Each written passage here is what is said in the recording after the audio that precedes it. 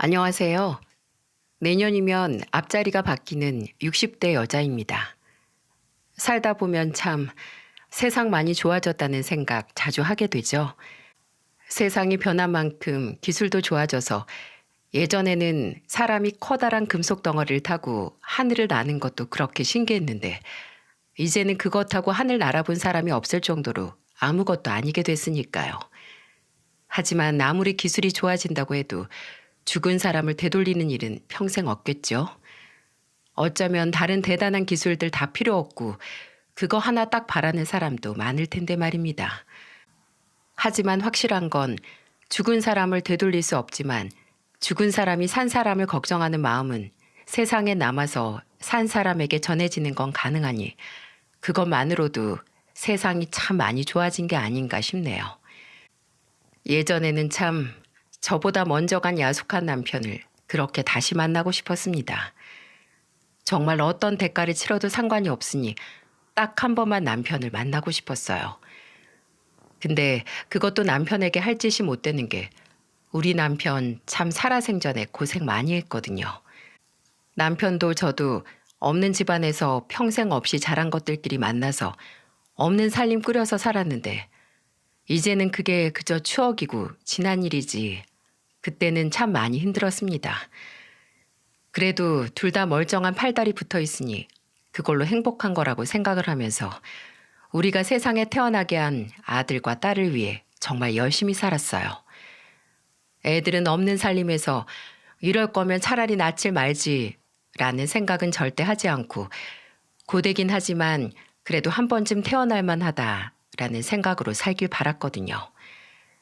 다행히 저희 아들과 딸은 주어진 인생을 남과 비교하며 불만을 갖는 애들이 아니라 이거면 됐지 하고 최대한 삶의 즐거움을 찾을 수 있었습니다.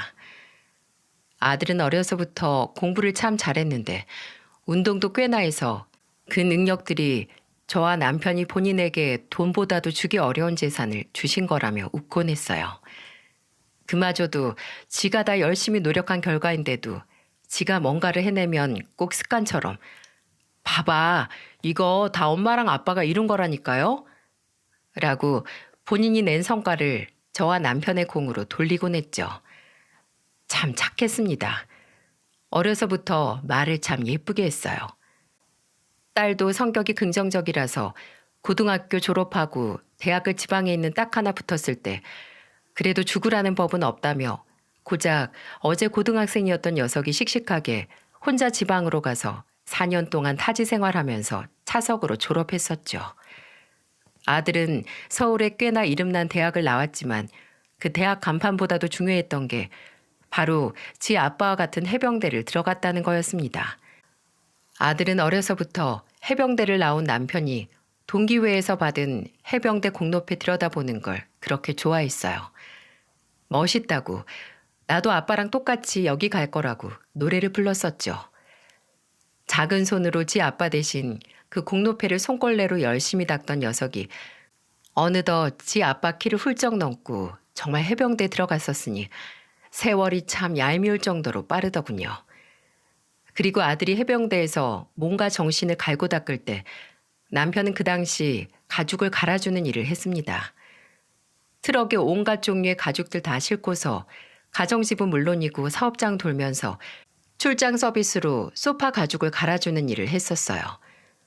물론 몸도 힘들고 또 그렇게 수입이 많진 않았지만 그래도 한 곳에 오래 있는 건 답답해서 못하겠다고 하던 남편은 그 일을 퍽이나 마음에 들어 했습니다.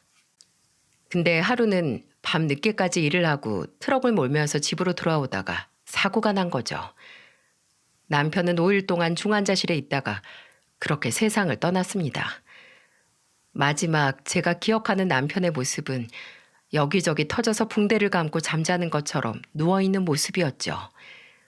그 기억이 영원히 갈 것 같아서 분명 남편은 저와 20여 년을 수많은 추억을 쌓아 올리며 살을 붙이고 살았는데 왜 머릿속에 남는 건 병원의 이름도 모르는 기계들을 달고 있는 그 모습인지 참 모르겠더군요. 그때 장례식을 준비하면서 아들이 그러더군요. 엄마, 우리 아빠 사진 많이 봐요. 아빠 낚시 가서 처음으로 팔뚝만한 고기 낚아 올렸을 때 찍은 사진하고 정윤이 얻고 찍은 사진, 그거 진짜 잘 나왔잖아요. 우리 아빠의 그런 모습만 기억해요. 행복하고 우리 보고 밝게 웃는 그런 얼굴. 아빠도 그걸 원하실 거예요. 아마 아들도 저와 같은 마음이었나 봅니다. 본인보다 키는 작지만 늘 아버지를 우러러보던 아들인데 그런 아버지가 정신을 차리지 못하고 마지막 순간에 여기저기 망가져서 누워 있었으니 얼마나 충격이고 속이 상했겠어요. 그 후로는 남은 저희 세 식구끼리 남편의 살아생전 좋은 모습들만 기억하고 이야기하면서 살았습니다. 딸은 다시 지방으로 가서 학교를 마쳤고 아들은 그 당시 제대가 얼마 남지 않았는데 제대를 하자마자 복학을 할 줄 알았더니 1년 동안 돈을 벌겠다고 하는 겁니다. 제가 행여 혼자 있는 저 때문인가 싶어서 그럴 필요 없다고 하니까 말로는 남은 학기 등록금을 벌어서 편하게 학교를 다니고 싶다고 하더라고요. 근데 아들은 복학을 해서도 계속 아르바이트를 했습니다. 그 전에 1년 동안 번 돈은 알게 모르게 지가 집안 생활비로 썼거든요. 이제 아버지가 없으니 지가 이 집 가장이라는 생각이 있는 건지 괜히 아직도 제대로 꽃도 못 핀 나이에 무거운 책임감을 준 것만 같아 그렇게 미안하더라고요. 하지만 아들은 제 생각보다도 더 재주가 많았습니다. 대학을 졸업하고 기술 배우로 취업을 하나 했더니 몇 년 다니다가 사업을 하겠다고 하더군요. 정부에서 태양광 발전 사업을 지원해 준다고 그 일을 해보고 싶다고 하더니 어느새 그 분야에서 자리를 잡더니 사업을 점차 넓혀가기 시작했습니다. 저는 들어도 뭐가 뭔지 모르겠는데 아들은 하루 종일 뭐 외국 사례이니 설레이니 하는 자료들 모아다가 새벽 내내 그거 들여다보면서 공부를 게을리하지 않았죠. 본인이 선택한 분야에서 자리를 잡아서 점점 발을 넓혀가는 걸 보니 다행이다 싶었습니다. 저도 남편도 저희가 배우질 않아서 그저 학교만 학원만 형편되는 대로 보내기만 했는데 그래도 지들 기술 알아서 찾아가는 걸 보니 그저 안심이 됐어요. 사람이 모름지기 직업에는 귀천이 없지만 기술이 있어야 오랫동안 밥 벌어먹고 사는 거 아니겠어요? 물론 그래야 가정을 꾸리기도 하죠. 제 세대야 그저 낳고 보면 알아서 다 클 거다. 지 밥그릇 챙기고 나온다고 하지만 제 아들이나 딸 세대만 하더라도 그게 아니었거든요. 가정은 고사하고 결혼도 여기저기 재고 따지고 한번 살아보고 하는 게 유난스러운 게 아니라 오히려 돌다리도 두들겨보고 건너는 해안이라고 생각이 될 수 있었습니다. 딸은 그런 걸 참 잘했어요. 본인 옆자리에 어떤 사람이 와야 하는지, 본인에게는 어떤 사람이 필요한지를 잘 파악하고 있었고요. 근데 아들은 아니었습니다. 성격이 원체 복잡한 걸 싫어하는데 사업을 하느라 정신이 예민해진 탓인지 사업을 제외한 일상에서는 그저 좋으면 좋은 거고 싫으면 싫은 거고 라는 태도를 보였죠. 오는 사람 막지 않고 가는 사람도 잡지 않는 그런 한 곳에 집착하지 않는 태도 말입니다. 근데 그런 아들 옆에는 늘 같이 있었던 아가씨가 한 명 있었어요. 아들과 대화를 하다 보면 종종 튀어나오는 이름이 있었는데 강희원이라고, 아들이 그저 친한 동생이라고 부르던 아가씨였어요. 친구들 모임에서 알게 된 아가씨인데 아들보다 8살이나 어리고 동사무소에서 근무하던 공무원이라고 하더군요. 아들은 그저 아는 동생이라고 하지만 저는 그래도 그냥 하는 대화에서도 무심결에 튀어나올 정도면 어느 정도 네 인생에서 중요한 사람이 아니냐고 했어요. 정훈이 너 진짜 희원이라는 아가씨랑 뭐 있는 거 아니야? 아 저번에도 둘이서만 만났다며? 에이 엄마 친구끼리 만나지도 못해요? 그냥 걔가 밥 사달라고 해서 사준 게 다예요. 걔 나보다 8살이나 어려. 나 도둑놈 소리 듣기 싫어요. 아들은 그 아가씨와 5년 정도 가깝게 지냈습니다. 얼굴 본 시간이 오래돼서 그런지 아들이 그 아가씨 부모님 생신이나 동생들 생일이면 뭐 용돈을 주거나 직접 선물을 챙겨주기도 했고 또 그 아가씨도 저희 집으로 선물을 보내곤 했죠. 한 번은 제 생일 전에 집으로 택배가 와서 봤더니 아이스팩 몇 개와 커다란 플라스틱 통이 있었는데 안에는 아직 조리되기 직전에 아귀찜이 있더라고요. 그 옆에는 또 작은 통이 있었는데 거긴 빨간 양념 소스가 있었고요. 이게 뭐지? 누가 보냈지 했는데 아들이 그 택배를 보고 그러더라고요. 아, 엄마, 이거 효원이네 부모님께서 보내신 거예요. 내가 효원이한테 곧 있으면 엄마 생신이라고 했더니 그럼 부모님께 부탁드려서 식당에서 음식 좀 보낸다고 했는데 진짜 말씀드렸나 보네. 효원이 고향이 포항인데 부모님이 거기서 아구찜 식당 하시거든요. 여기 진짜 맛있어서 사람들이 줄 서서 먹어요. 아들은 종종 그 아가씨 부모님들께 명절이나 생신에 작은 선물을 보냈었다고 아마 그 답낼 것 같다고 하더군요. 그때 제가 보기엔 아무래도 이렇게 가족처럼 지내다가 정말 가족이 될 것 같은데 라고 생각을 했는데 참 아니나 다를까 아들이 그 아는 동생이라던 아가씨와 진짜 정분이 나고 말았습니다. 한동안 그 아가씨 이야기를 안 하는 것 같아서 뭐 사이가 서먹해졌다든지 그 아가씨한테 짝이 생겨서 연락을 안 하게 됐나 보다 했는데 딸에게 들어보니 둘이 연애를 하고 있다는 게 아니겠어요? 아들은 제게 말하기 민망해서 안 했다는데 저는 어차피 그리 될 것 같아서 새삼스럽지도 않았네요. 허이구 도둑놈 되기 싫다더니만 도둑놈 된 소감이 어떻드냐? 안 그래도 희원이 부모님 보기 힘들어요. 제가 진짜 희원이하고는 친구라고 내 동생 같은 애니까 잘 챙겨주겠다고 걱정 마시라고 했는데 홀랑채 갔으니 얼마나 어처구니가 없으셨겠어요. 아들의 걱정과는 다르게 다행히 사돈과 안사돈은 아들을 사윗감으로 이미 점 찍어둔 상태였고 상견례 날 말씀해 주시더라고요. 우리는 대체 둘이 언제 만나나 기다리고 있었다니까요. 희원이한테도 정훈이만한 남자 없다고 누가 데려가기 전에 네가 만나라고 해도 아주 곧 죽어도 그냥 아는 오빠라고 친구라고 하는데 참나. 아 어차피 이렇게 될 거 시간 낭비하지 말고 진작 만나지. 다른 집 사위 되기 전에 우리 집 사위 돼서 다행이라고 사부인께서도 우리 딸 많이 예뻐해 주셨으면 좋겠다고 하는 안사돈의 말에 그저 고마운 마음이 들었습니다. 그렇게 제 아들을 가족으로서 무한히 환영해 주니 기분이 좋지 않은 부모가 어디 있겠어요? 그리고 안사돈의 말처럼 며느리는 안 예뻐할 수가 없는 성격이기도 했고요. 며느리는 원체 성격이 싹싹하고 밝았습니다. 아직도 기억이 나는 게 사돈과 안사돈 며느리 이렇게 셋이 있으면 웃는 얼굴이 어떻게 그렇게 닮았는지 모르는 사람이 스쳐 지나가면서 봐도 가족이라는 걸 알 만큼 닮았었어요. 왜 부부도 오래 살면 닮는다고 하잖아요. 그렇게 닮은 둘이서 낳은 큰딸이었으니 엄마 아빠 얼굴 그대로 태어난 거죠. 그리고 얼굴만큼 그 시원시원한 성격도 닮았었는데 이래서 사람이 자란 환경이 중요한가 보다라는 걸 알 수 있었습니다. 사돈과 안사돈이 웃음이 많으니 며느리도 시종일관 웃는 얼굴을 하고 있어서 보는 사람도 다 기분 좋게 만드는 힘을 가지고 있었어요.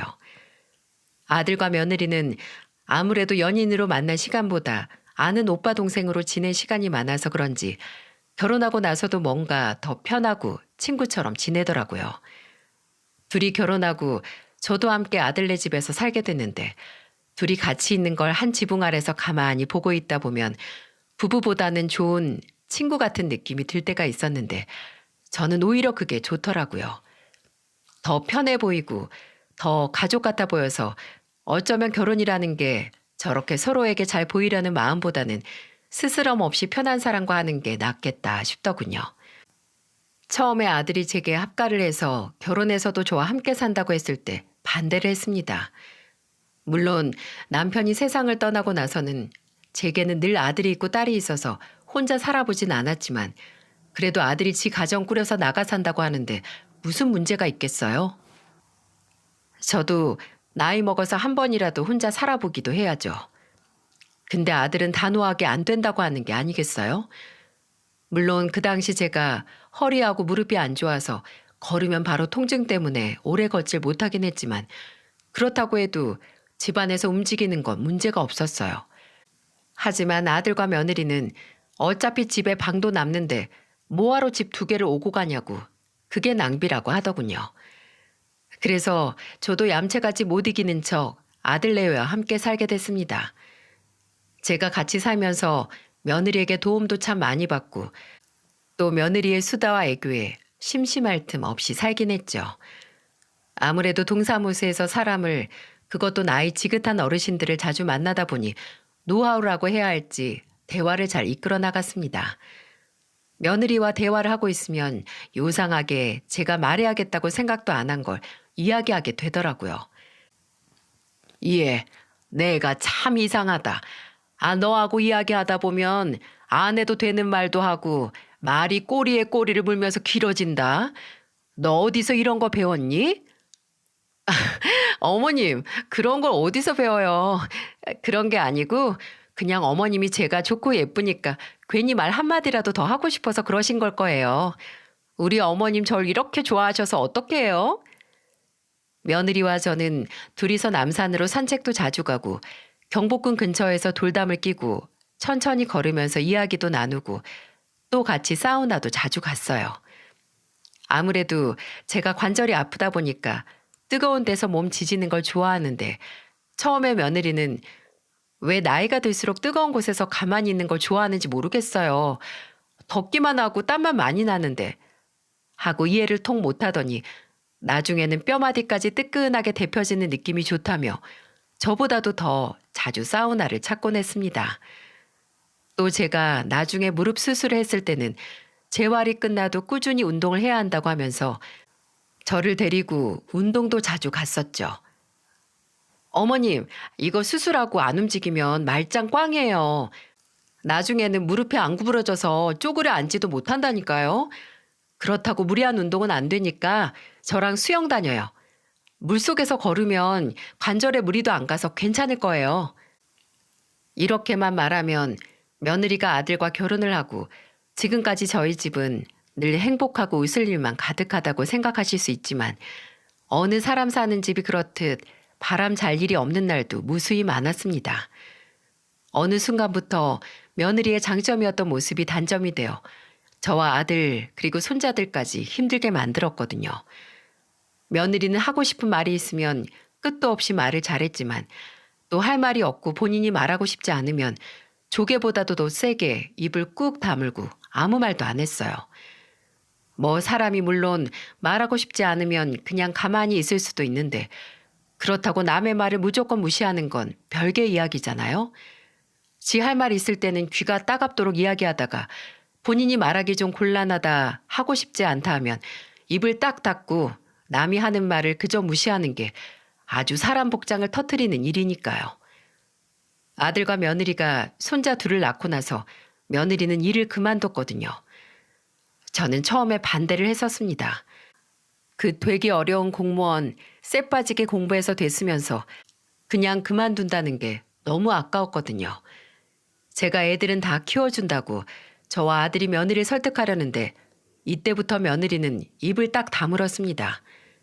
그리고 어느 날 외출을 하고 돌아오더니 사표 쓰고 왔다고 그만뒀다는 이야기를 식사 자리에서 마치 옆에 물 좀 달라는 말처럼 툭 던지더라고요.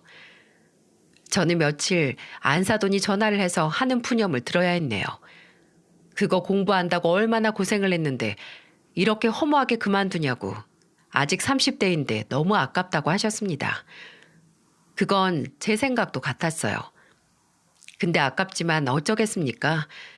지가 안 다니겠다고 하는 걸. 이렇게 본인이 절대 말하고 싶지 않은 상황이거나 말해봤자 불리한 상황에서는 입을 열지 않는 며느리. 며느리의 이런 점이 저희 가족을 지치게 만들었습니다. 한 번은 첫 손주가 유치원에 다니던 때였을 거예요. 집으로 전화가 왔는데 아들이랑 며느리 둘 다 전화를 안 받아서 한 거라고 하는 거예요. 안녕하세요, 준수 할머님. 다름이 아니고 준수가 오늘 유치원에서 같은 반 친구랑 좀 싸웠거든요. 네? 아니 혹시 크게 싸운 건가요? 누가 다쳤어요? 아니요. 걱정하실 정도는 아니고요. 그냥 말싸움이고 바닥에 장난감 블럭 던지거나 그런 수준이었어요. 근데 저희가 애들 화해를 시키는데 다른 친구는 화해하고 싶어 하고 사과도 하고 했는데 준수가 절대 사과를 못 한다고 하면서 좀 의아한 말을 하더라고요. 유치원 선생님은 제게 그날 유치원에서 사온 손주가 한 이야기를 들려주었습니다. 저는 그 말을 듣고 등골에서 식은땀이 나는 것 같았어요. 어떻게 이렇게 작고 어린애가 그런 말을 했나 싶었거든요. 손주가 글쎄 서로 사과하고 화해하자는 선생님의 말에 그랬답니다. 사과는 바보들만 하는 거래요. 내가 잘못한 게 없으면 사과하면 안 된대요. 사과하면 바보 되는 거라고 절대 하지 말라고 했어요. 여러분은 이게 믿어지시나요? 고작 6, 7살짜리가 이런 말을 했다는 게. 선생님은 혹시 손자가 집에서 무슨 일이 있나 싶어 염려가 돼서 전화를 하셨던 거고 집에서 지도를 잘 부탁한다고 하시더군요. 그날 저는 손주를 앉혀두고 이야기했습니다. 왜 사과를 하면 바보가 되냐고. 잘못을 하면 꼭 사과를 해야 하는 거고 행여 내가 잘못을 안 한 것 같더라도 친구가 먼저 사과를 하고 화해하자고 하면 사과를 할 수 있는 거라고. 사과하는 걸 부끄럽게 생각하면 안 된다고 말했습니다. 그러자 손주는 이렇게 말했어요. 엄마가 친구들한테 사과하지 말래요. 사과하면 내가 잘못 안 했어도 잘못한 게 되니까 절대 하지 말라고. 엄마가 틀린 거예요? 그럼 엄마는 왜 나한테 사과하지 말라고 해요? 이 일의 원흉이 따로 있더라고요. 며느리가 손자에게 이런 해괴한 철학을 알려준 겁니다. 저와 아들은 며느리에게 왜 그런 말을 한 거냐고. 손자가 유치원에서 사과도 안 하는 독불장군으로 소문이 나 친구가 없어지면 좋겠냐고 하자 또 며느리는 입을 꾹 다물고 아무 말을 안 했습니다. 제발 대화를 좀 하자. 무슨 이유로 그런 말을 했냐 설득도 하고 앞으로 계속 이리 살 거냐고 마음대로 하라고 성질을 내봐도 참 고집 한번 대단했습니다. 며느리가 할 말이 없고 불리할 때마다 그렇게 고집스럽게 입을 꾹 다물면 입안에 거미줄이 안 생기는 게 신기할 따름이었죠. 나중에 아들에게 들어보니 생각해보니 정말 연애하던 때도 아내에게 미안하다라는 사과를 받아본 적이 없는 것 같다고 하더군요. 입은 안 열어도 될 때는 쉼없이 열더니 정작 입을 열어야 할 때는 열지 않는 그런 성격보다 사람 피 말리고 속 터지게 하는 게 없다는 걸 며느리와 근 10년을 살면서 깨닫게 됐습니다. 이외에도 며느리는 본인이 가는 술자리에 손자들을 데려갔다가 아들하고 자주 싸우기도 했어요. 아들은 그런 걸 아주 기겁하고 싫어했거든요. 말이 치킨집이지 어른들이 와서 술 먹고 담배 피우고 소리 지르고 욕하고 다 하는 그런 호프집에 손자들을 데려가서 본인은 친구들하고 술 먹고 애들은 옆에서 치킨이랑 콜라 시켜서 먹이는 걸 말입니다. 교육상 안 좋고 저번에는 손자가 거기서 맡은 담배 연기 때문에 머리가 아프다고 했다고 데려가지 말라고 해도 몇 번 더 데려갔어서 진짜 대판 싸운 적이 있었어요. 물론 며느리는 몇 마디 하다가 또 입을 꾹 다물고 침묵 시위를 했고요. 아들은 그런 며느리에게 종종 이렇게 말하곤 했습니다. 당신이 그렇게 아무 말도 안 하면 이게 없는 일이라도 돼? 나나 엄마가 당신이 아무 말도 안 하니까 그냥 잊고 넘어가는 것 같아? 잊지도 않고 할 말은 많은데 그냥 참는 거야. 당신이 그렇게 입 꾹 다물고 모른 척하고 있는 동안 가족들 속이 썩어난다고. 하지만 계속 참던 저와 아들도 이건 정말 아니다. 이러다 큰일 나겠다 했던 사건이 있었습니다.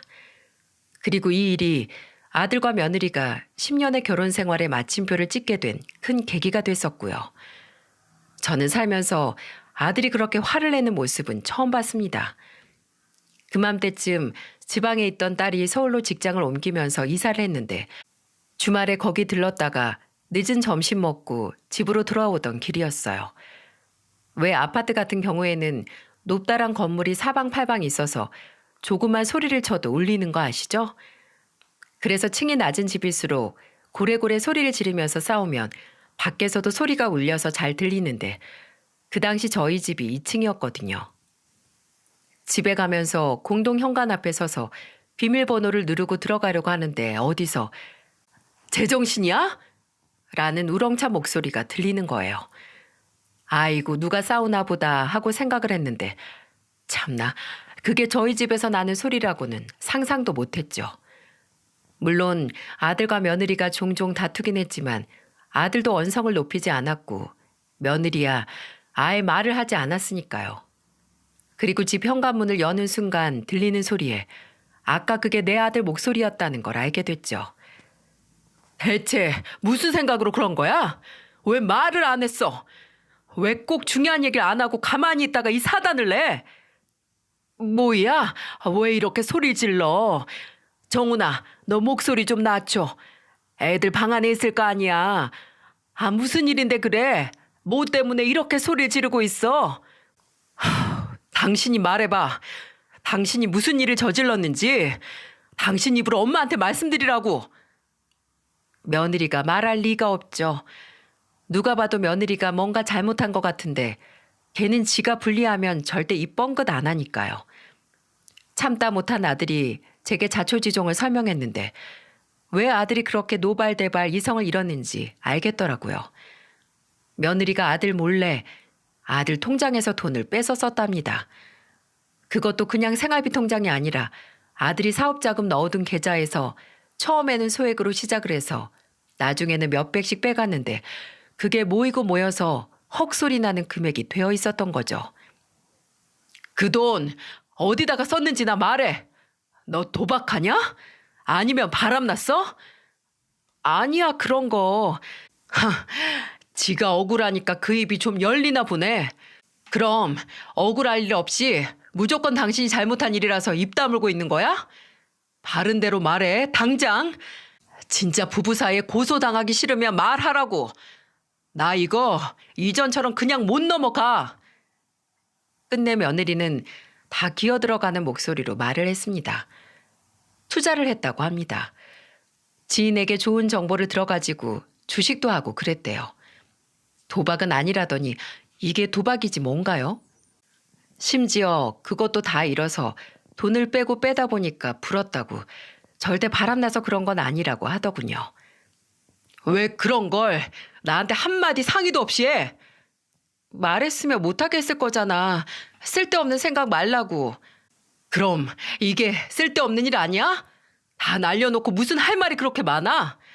그리고 여기서 내가 문제가 아니라 네가 문제야. 내가 하지 말란 소리 안 했어도 어차피 너는 나한테 말 안 했어. 매번 네가 말하면 불리한 거 절대 말 안 하잖아. 손해볼까 봐. 아들은 한참을 퍼붓다가 조용히 일어나 애들 방으로 갔습니다. 그리고 그날은 애들 방에서 자더군요. 그러다 며칠 뒤 아들이 제게 말했습니다. 아무래도 이혼해야 할 것 같다고, 더 이상 속 아파가면서 살지 못하겠다며 제게 죄송하다고 했습니다. 근데 아들이 제게 미안해할 게 뭐가 있나요? 지 결혼이고 지 인생인데 그저 예전에 좋았던 기억마저 퇴색될 정도로 끝이 안 좋아서 그게 가슴이 아팠어요. 며느리도 그런 아들의 말을 듣고 뭐 아쉽지 않았나 봅니다. 이혼 이야기가 나오자마자 짐을 싸더니 그 당시 근처에 살고 있던 사돈 처녀의 집으로 가버리더군요. 종종 손자들을 보기 위해 집으로 오긴 했지만 이혼 소송하는 와중에 이제 시어머니도 없는 거나 마찬가지인지 절 봐도 아는 척도 안 하고 무시했죠. 참 허무했습니다. 사람이 뭔지 물론 끝은 좋지 않았지만 분명 안 좋은 기억보다 좋은 기억이 더 많을 텐데 좋은 기억 하나 없는 그런 관계처럼 뒤돌면 모르는 사이가 될 수 있다는 게 사람을 참 외롭게 만들더군요. 아들은 이혼 소송 중 참 많이 힘들어했습니다. 아니, 며느리와 정리를 하는 건 오히려 후련해하긴 했지만 이혼 문제로 손자들에게 상처를 주는 것 같다며 죄스럽다고 많이 괴로워했어요. 그러다가 하루는 아들이 쓰러졌다고 같이 일하는 직원에게 연락이 와서 병원으로 달려간 적이 있습니다. 갑자기 배를 부여잡고 쓰러졌다고 하더군요. 근래에 스트레스 때문인지 자주 배가 아프다고 하긴 했는데 기절을 할 정도로 심각하리라곤 생각을 하지 않았습니다. 아무래도 일에 치이고 이혼에 치이다 보니 몸이 많이 약해졌구나. 저는 이렇게 생각을 했어요. 하지만 그건 단순히 일과 이혼 문제로 오는 스트레스 때문이 아니었습니다. 병원에서 정밀 검사를 권유해서 받아보니 검사 결과지에 글쎄 제 아들이 췌장암 3기라네요. 그것도 암이 혈관이 붙어 있어서 수술도 못하고 가능한 건 초음파와 항암 검사라고 합니다. 하늘이 노랗게 뜨더군요. 하고 많은 병들 중에 왜 하필 췌장암인가? 생존율은 낮은데 재발률은 높은 그 악독한 병에 왜 내 아들이 걸려야 하는가? 하늘을 원망하고 행여 내가 전생에 무슨 업을 쌓아서 남편의 여 아들까지 날 떠날 준비를 하는 건 아닌가 했어요. 아들은 병원에 입원해서 항암 치료를 받으며 버텼습니다. 저도 딸도 번갈아 가면서 아들을 보고 왔고, 저는 손자들을 돌보면서 나쁜 생각을 하지 않고 정신을 꽉 붙들고 있으려고 노력했어요. 정말 조금만 방심하면 모든 걸 다 놔버리고 싶었거든요. 아들은 병원에 있으면서 변호사를 만나 이혼 소송 준비를 계속했고, 그래서 종종 병실에서 아들의 친구라는 변호사를 만나기도 했네요. 근데 그렇게 아들이 10일 동안 먹지도 못하고 나중에는 진통제도 안 듣는 고통을 감수하면서 소송 절차를 받고 있을 때쯤 며느리가 이상한 행동을 하더라고요. 아니, 따지고 보면 이상하진 않았습니다. 오히려 인간적인 행동이었는데 그 당시에 며느리가 했기에 의아할 수밖에 없었죠. 애들 보러 집에 온 며느리는 매번 저는 없는 사람처럼 무시를 하더니 갑자기 제게 말을 걸어오기 시작하는 게 아니겠어요? 저 어머님, 그 사람 어때요? 치료 잘 받고 있어요? 그게 궁금하긴 하니? 걱정 마라. 네 걱정까지 안 보태줘도 되니까. 그런 말이 어딨어요. 아무리 지금은 이렇게 떨어져 있지만 저도 그 사람이랑 애 둘 낳고 10년을 살았어요. 걱정이 될 수밖에 없죠. 그래도 허투루 시간을 보낸 건 아니구나. 그렇게 생각을 했죠. 실제로 그 후로 딸이 아들 병실에 있었을 때 며느리가 찾아오고 그랬거든요. 몸조리 잘하라고 하면서 말도 하고 가고요. 그리고 원래 사돈 처녀 집에 얹혀 살던 애가 어느 순간 다시 저희 집에 들어와서 살면서 애들을 돌보는 게 아니겠어요? 저는 처음에 얘가 아들이 아프다는 말을 들으니까 마음이 약해져서 이혼 생각이 없어진 건가 했습니다. 아들에게 들어보기로도 며느리가 소송을 괜히 질질 끌기 시작했다고 했고요. 하지만 아들은 무슨 일이 있어도 이혼을 해야겠다고 했습니다. 제가 너 항암 치료 받는 기간 동안이라도 유예할 수 없냐고 하니까 지금 안 하면 나중에도 못 한다고 했어요.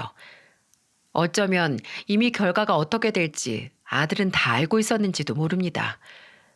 며느리는 아들이 좀처럼 받아들이질 않으니 제게로 와서 말하곤 했어요. 어머님, 저 이혼 모르고 싶은데 어떻게 안 될까요? 남편이 저렇게 힘들어하는 거 보니까 저도 너무 힘들어요. 너무 후회돼요, 어머님. 남편한테 잘 좀 말해주세요. 그 사람만 허락하면 제가 병실에서 먹고 자면서 다 간병한다고. 이때는 이 말이 진심일 수도 있다는 생각을 얼핏 하긴 했지만 그래도 아들은 완강했기에 저는 이미 지난 일이라고 되돌릴 수 없다는 말만 했습니다. 제 생각은 중요하지 않고 그저 아들 생각이 우선이고 아들이 편했으면 했으니까요. 아들은 항암 치료를 10차, 15차, 20차까지 받으면서도 저만 보면 이렇게 말했습니다. 엄마, 걱정 마세요. 나 치료도 잘 받을 거고 나도 엄마도 우리 준수랑 준우도 다 괜찮을 거야. 걱정 마요. 안 괜찮아도 내가 괜찮게 만들 거니까. 알았죠? 지 걱정이나 할 것이지. 물 한 모금 삼키지도 못하면서 왜 애미하고 자식 걱정을 하는 건지. 늘 그렇듯 자신만만한 목소리로 말했지만 아들의 몸무게는 점점 줄어갔고 병원에서 운동을 조금씩 해도 근육이 빠져서 왜소해졌습니다. 나중에 본인도 거울을 보고 놀라 우는 모습을 보고 저도 아들을 부여안고 울었어요. 애들 보기 무섭다고, 애들이 나를 무서워할 것 같다고 손자들도 보지 않으려고 했는데 다행히 나중에는 본인 모습에 익숙해져서 손자들이 병원으로 오면 2시간이고 3시간이고 새 부자가 꼭 달라붙어서 쉴 새 없이 이야기를 하고 아들은 손자가 해달라고 가져온 모형 조립을 항암 부작용으로 부은 손으로 움직여서 만들어줬었어요. 항암 치료를 받고 5달의 시간이 흘렀을 때쯤 아들은 자다가 쇼크가 한 번 오고 나서 정신을 차리지 못하고 그대로 아버지가 있는 하늘나라로 가버렸습니다. 차마 작별 인사도 못하고 떠난 것까지 어찌 그렇게 아버지를 닮은 건지. 저는 남편을 한 번 부르고 아들의 이름을 한 번 부르며 병원 침대 위에서 눈을 감은 아들을 부여안고 엉엉 울었습니다. 정훈 아빠, 우리 정훈이 좀 살려줘요. 제발, 우리 정훈이 좀 데려가지 말아요. 제발, 우리 정훈이 좀 살려줘. 정훈아, 눈 좀 떠봐라. 정훈아. 아들의 장례식은 아들이 원하던 대로 작게 치러졌습니다.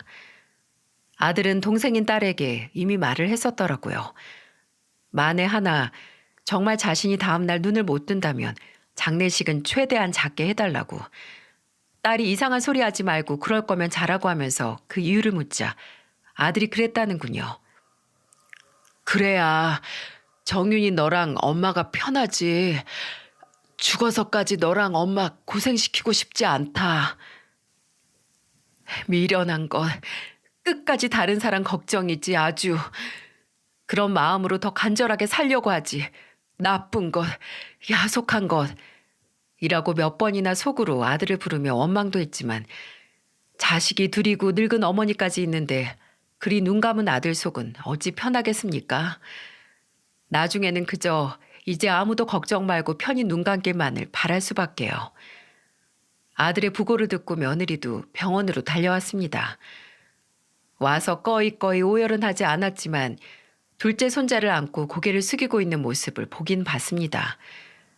그때는 그래, 네 속도 말이 아니겠지 그렇게 생각을 했어요. 지 아버지 곁으로 간 아들의 마지막 순간을 끝까지 그저 최대한 아들이 편했으면 하는 마음으로 보내줬습니다. 추운 겨울에 가서 행여 추울까 아들의 유골함을 계속 제 품에 품고 있었어요. 그리고 아들을 공기 좋은 수목원에 데려다 준 뒤 도저히 떨어지지 않는 걸음을 걸어서 손자들과 집에 왔죠. 며느리도 애들이 걱정돼서인지 같이 들어왔습니다. 가만히 있으면 안 좋은 생각만 나고 눈물만 날까봐 이르긴 해도 아들 물건을 정리하면서 정신을 딴 곳에 팔았어요. 아들의 휴대폰, 지갑, 책들, 자잘한 것도 정리를 하고 있었는데 며느리가 제 뒤로 와서 말을 걸더군요. 어머님, 짐 정리하세요? 그래야지. 이미 간 사람 물건 오래 가지고 있어봤자 뭐하니. 다 미련이거늘. 이러면 편하게 갈 수 있는 사람도 못 가지.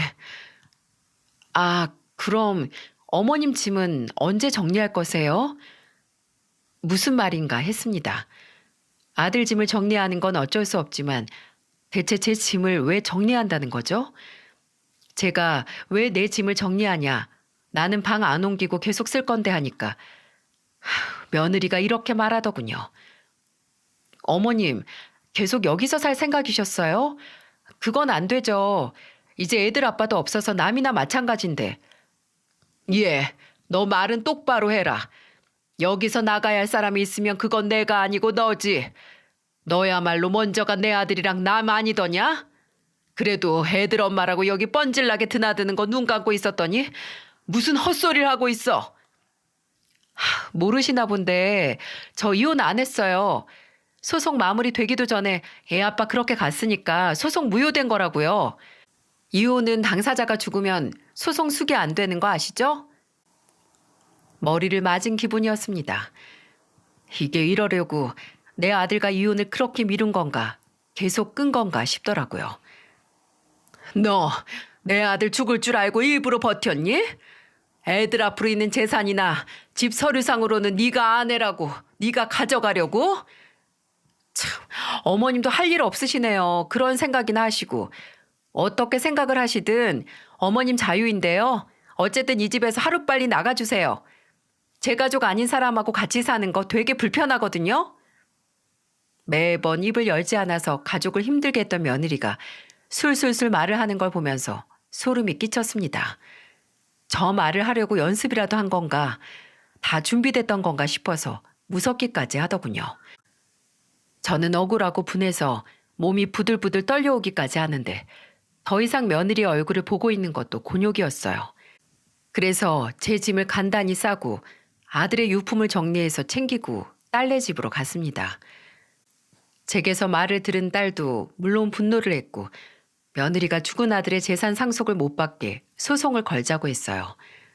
어차피 아들은 끝까지 이혼할 의향이 있었다고요. 그걸 확신할 수 있는 건 바로 남은 아들의 휴대폰에 남은 증거였는데요.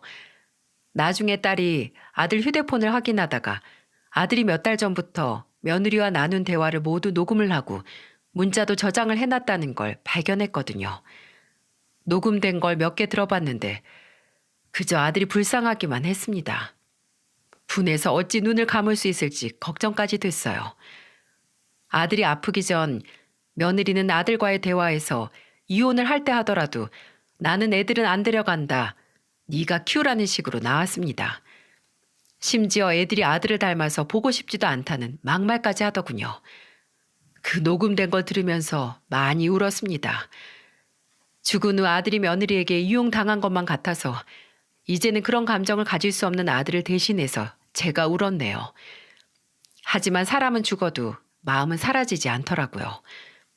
정말 저와 제 딸이 며느리가 서류상 배우자로서 아들 재산을 상속받지 못하도록 하기 위해 변호사를 찾아보고 있을 때 제게 그 사람이 찾아오게 됐습니다. 처음에 제게 연락을 해온 건 아들의 보험 담당자였어요. 보험 담당자는 아들이 종신보험을 가입했었는데 그 보험 상속인을 저로 지정해놨다고 하더라고요. 그때 서명하고 도장 찍으셨잖아요. 그거예요. 처음 그 소리를 들었을 때는 기억이 나지 않았지만 가만 생각해보니 정말 아들이 예전에 제게 보험 든다고 하면서 제 서명도 필요하다고 서명을 부탁한 적이 있었거든요.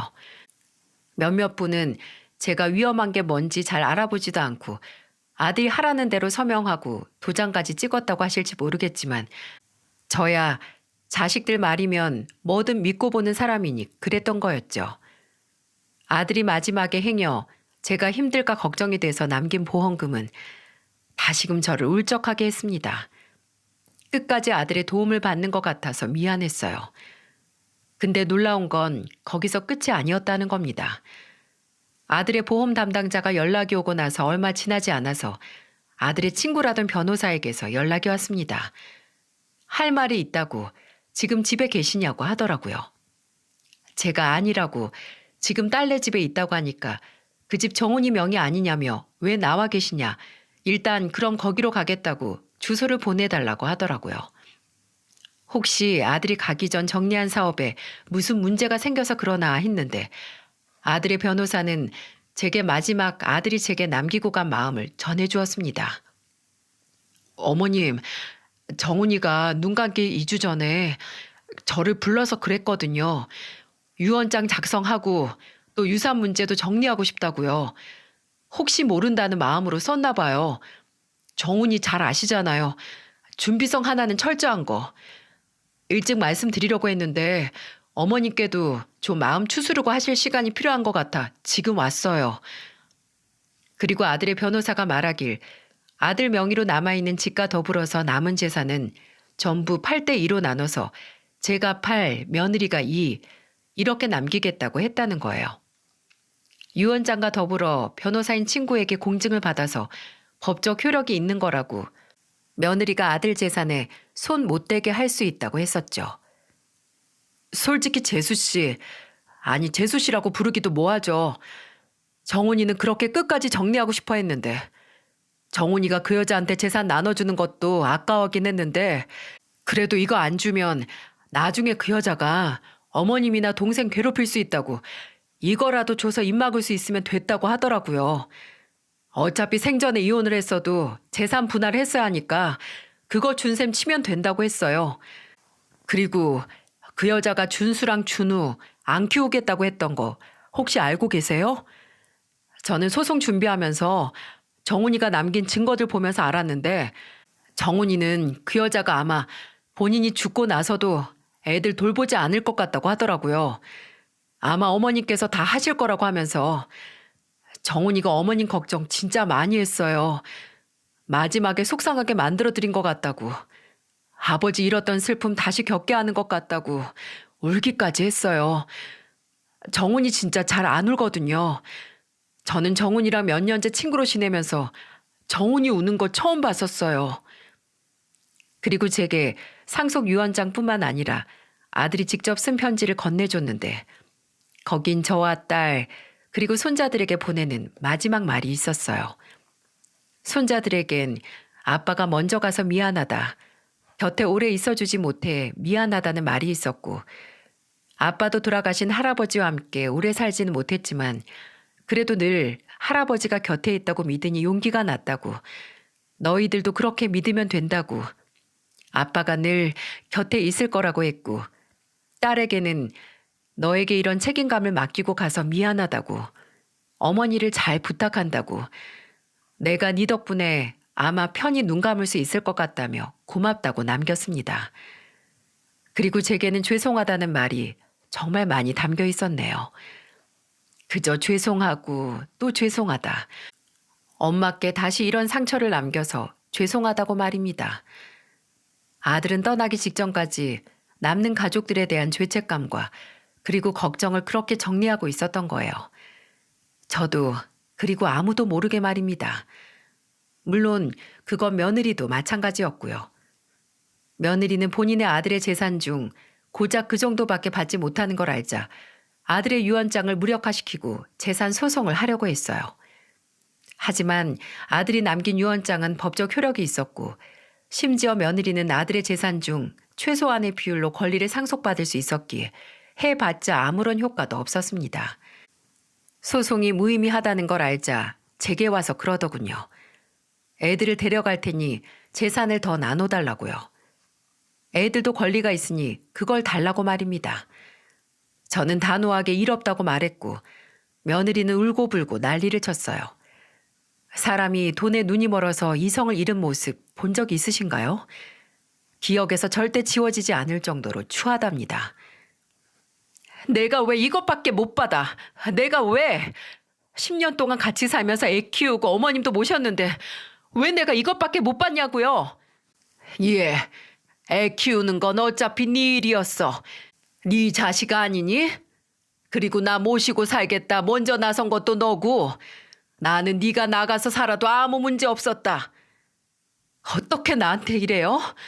내가 끝에는 이혼 안 하겠다고 했잖아요. 이혼 안 하고 그 사람 아픈 거 다 돌본다고 했는데 어떻게 이렇게 사람 엿을 매기냐고요? 너 착각하나 본데 네가 아무리 마지막에는 눈치 보고 태세 전환했어도 정훈이는 끝까지 이혼을 원했어. 네가 정말 정훈이를 위하고 정훈이 안정을 원했다면 그때 그냥 합의 이혼으로 깔끔하게 끝냈을 거다. 그게 사람이 사람을 위하는 마음이야. 네 고집보다 상대방 심정을 헤아릴 줄 알아야지. 저는 며느리에게 재산을 못 줘도 네가 애미면 애들 데려가서 살아보라고 했습니다.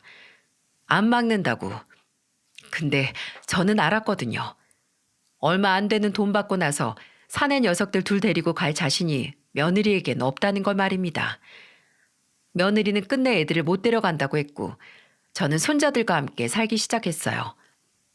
딸도 저와 합가를 해서 조카들과 함께 살게 됐고 비록 아들은 없지만 그래도 저희는 끝까지 남은 가족들을 지켰습니다.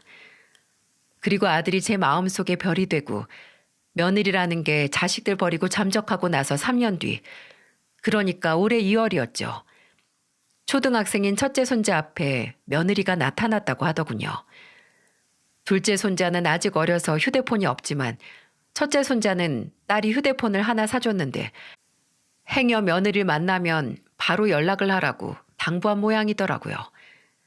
학원 갔다 오는 길에 3년 동안 얼굴도 못 봤던 엄마가 나타났으니 손자가 얼마나 놀랐겠어요. 손자는 당황하지 않고 고모인 딸에게 전화를 했고 딸은 바로 근처 편의점이나 가게로 들어가서 있으라고 한 뒤 손자가 있는 곳으로 달려갔다고 합니다. 딸이 도착을 했을 때는 며느리는 사라진 후였지만 손자에게는 엄마랑 같이 가자고 하면서 할머니에게 잘 말해서 아빠 돈 달라고 그걸로 엄마랑 살고 싶다고 말하라고 했다는 거예요. 저는 앞서 설명한 며느리의 그 어떤 행동들보다 이게 가장 며느리를 더럽고 추악한 사람으로 만들었다고 생각을 해요. 자식을 앞세워서 이혼했어야 했던 남편의 재산을 챙기려는 그 악독함이 이루 말할 수 없을 정도로 악취가 났습니다. 다행히 손자는 그런 며느리에게 똑부러지게 싫다고 나는 할머니랑 준우랑 고모랑 살 거라고 하면서 거절했다고 하네요. 좀 있으면 중학교에 들어가는데 아마 손자도 저나 딸이 다 설명하진 않았지만 왜 엄마 살 수 없는지 그 이유를 어렴풋이 알고 있었나 봅니다. 아직 둘째 손주나 제 앞에는 나타나지 않았지만 이제 걔 나이도 40이 넘었을 텐데 애들 앞에 나타날 생각 말고 조용히 남은 인생 그나마 사람답게 살았으면 하네요. 그리고 지금은 아버지와 함께 가족을 지켜보고 있을 제 아들에게 말하고 싶습니다. 정훈아, 나한테 미안해할 거 없다. 나는 네 동생과 함께 네가 내게 남기고 간 가족을 생각하는 마음으로 너를 쏙 빼닮은 손자들을 돌보며 함께 잘 있으니까 걱정 말아라. 나는 너한테 그저 고마운 마음뿐이야. 사랑하고 먼 훗날 다시 만나는 그날까지 거기선 아픈 곳 없이 건강하길 바란다. 글로 정리를 하고 나니 이상하게 개운한 마음이 듭니다.